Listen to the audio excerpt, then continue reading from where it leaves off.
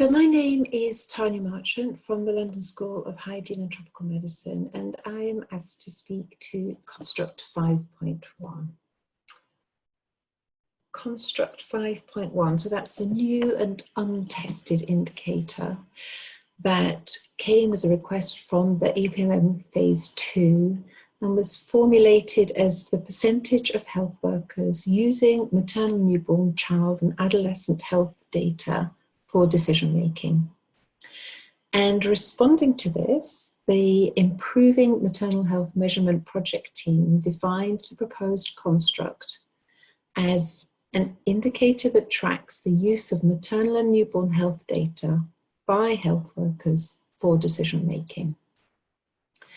So I'm asked to reflect on this, to consider the operative words and whether and how they might be operationalized. So first, let's take a look at the component parts.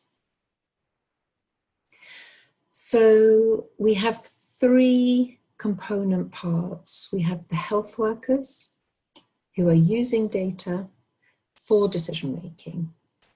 And I have quite a large number of questions about what we're really looking for in each of those three components.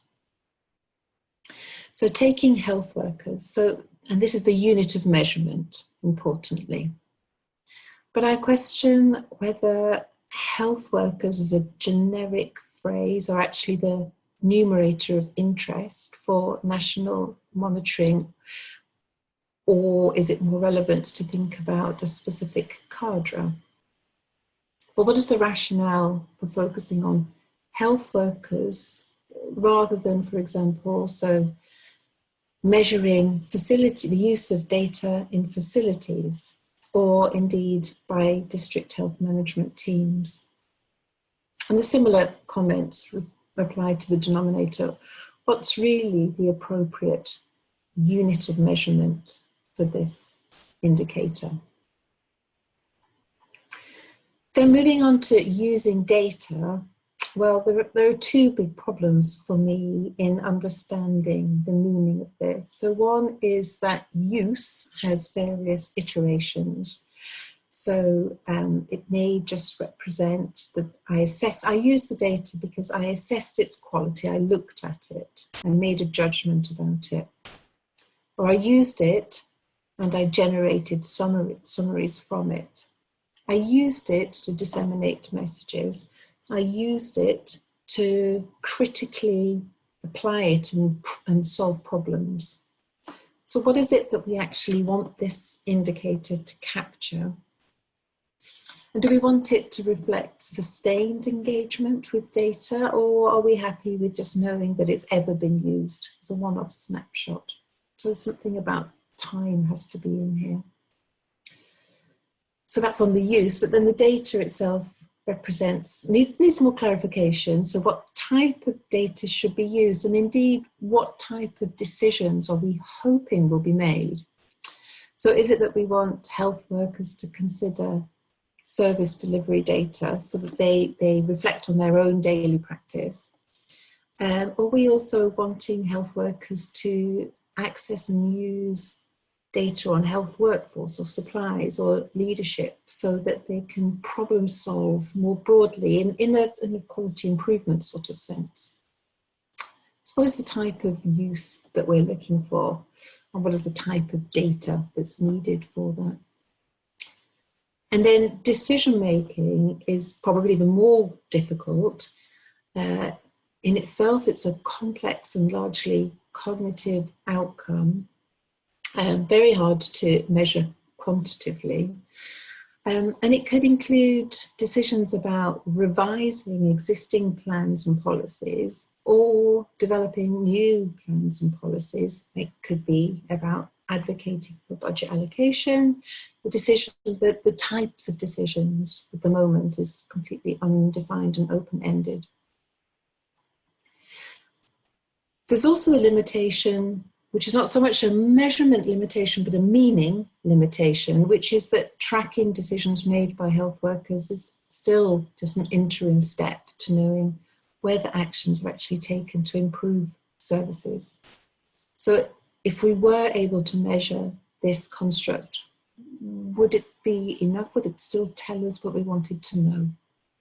And that takes me back to my underlying question throughout this consideration is, who plans to use this indicator and to inform which actions? And I think if that can be pinned down, then the indicator construct can be made more clear. So thinking about the state of measurement with respect to the construct currently. So certainly the concept of better use of data for decision making is hugely important. And amongst my colleagues, and even from what I know about well-resourced and the very well-established disease control programs, so like HIV and malaria, actual specification of a quantitative indicator on data use for decision making, let alone evidence of data sets used for tracking such an indicator, it is very scarce, and actually in my experience it's totally absent. I'm aware of multiple smaller projects that work to promote the use of data for decision making. And here in this slide, I give the URL for work from 2 studies within the IDEAS project that I'm the PI of, where we're operating at district level to try to promote the use of data for decision making. But in our work, and I think this is common to other project level activities of this type, we use a combination of quantitative and qualitative data. So we have quantitative output indicators. So for example, the number of times groups come together to examine data, but pair that with qualitative description of the outcomes that arise as a result of the meetings. So quantitative on the outputs and then qualitative on the outcomes is the way that we've tended to approach it because of the complexity. I think the best attempt that I'm aware of getting close to the construct quantitatively comes from Measure Evaluation's Performance of Routine Information System Management, or PRISM, which does provide a really thoughtful review of standardized measurement approaches. And I've got a URL there of a nice summary publication on the subject. The PRISM toolkit, while has a lot of strengths, it does predominantly still focus on data quality rather than data use per se. And they themselves would acknowledge that the assessments that have been carried out are quite resource intensive. They usually require a vertical data collection mechanism, and then are relatively blunt and need more qualitative follow-up to really add meaning. But just to dig into that a little bit, so to illustrate the measures through an example from the PRISM toolkit. So here we have 2 examples, one on a module that's used for a district assessment and one a module that's used for a health facility assessment. So you'll see that they start predominantly with output questions. So preparing data visuals or having routine team meetings, and then tend to follow up with a series of more qualitative questions with open text boxes. And just to note that within PRISM, because it's covering a whole range of health services, they have one maternal health indicator as a proxy, and that's antenatal care service provision. Again, with PRISM, just looking at any actual application of those modules. So I've haven't done a systematic review, but my impression is that there are relatively few examples of this kind. But this one from Mexico is useful. In one way it's useful is because it makes clear that the toolkit was applied with a clear purpose. So it's a one-off survey that was used to identify what was the right intervention that should be implemented to strengthen HMIS, Health Management Information System, performance. So the survey was done with a clear purpose in mind.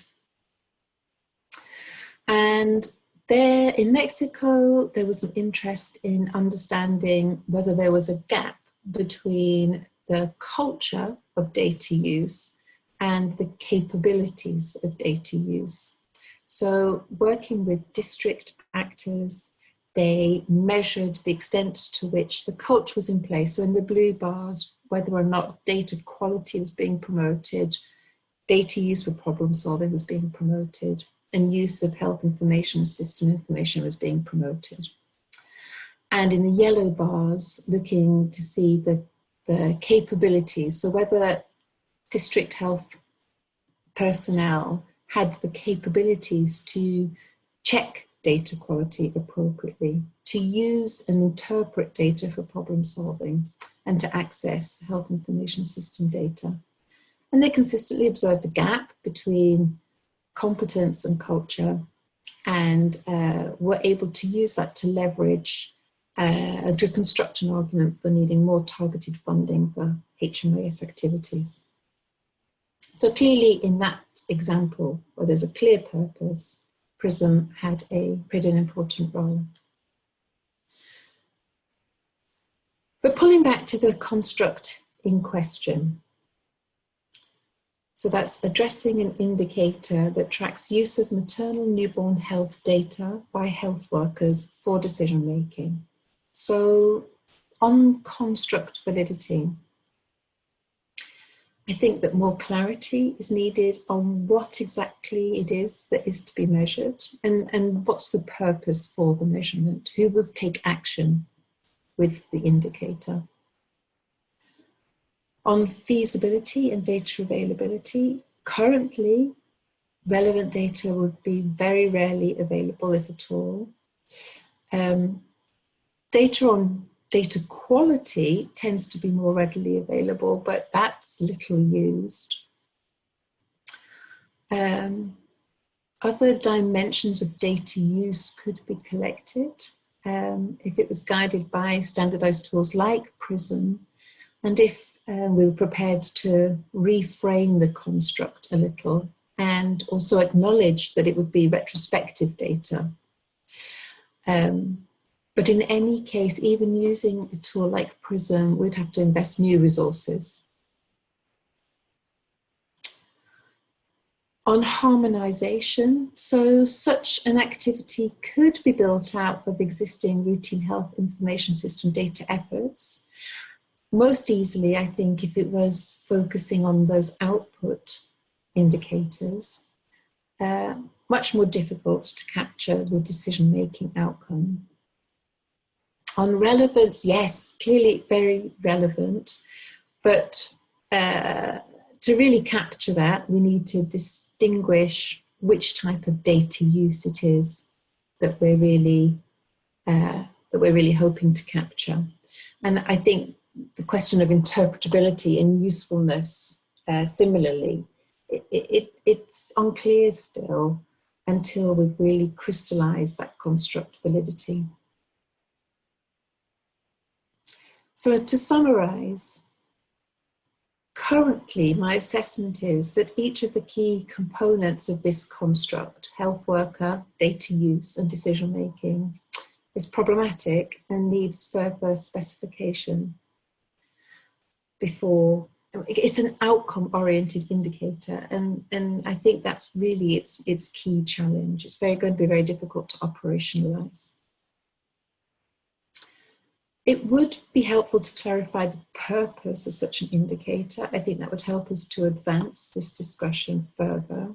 Which types of decisions will we be making as a result of tracking the indicator? So given the limitations, I would propose that the most important construct for a quantitative measure is to know whether actors at different levels meet to review data. So an output indicator as a proxy for data use. And I would take as examples and adapt PRISM to suit the maternal and newborn context. And consider again the unit, so as PRISM does. So think about whether we want the unit to be the health worker, so the health worker who attended data review meetings. We want the unit to be facilities, so where the facilities have active data review meetings, or whether we want the unit to be at the district or higher level to count the number of data review meetings that take place in a given period of time. But in any case, any scenario that we would take forward would require new funding commitments for the data collection to take place.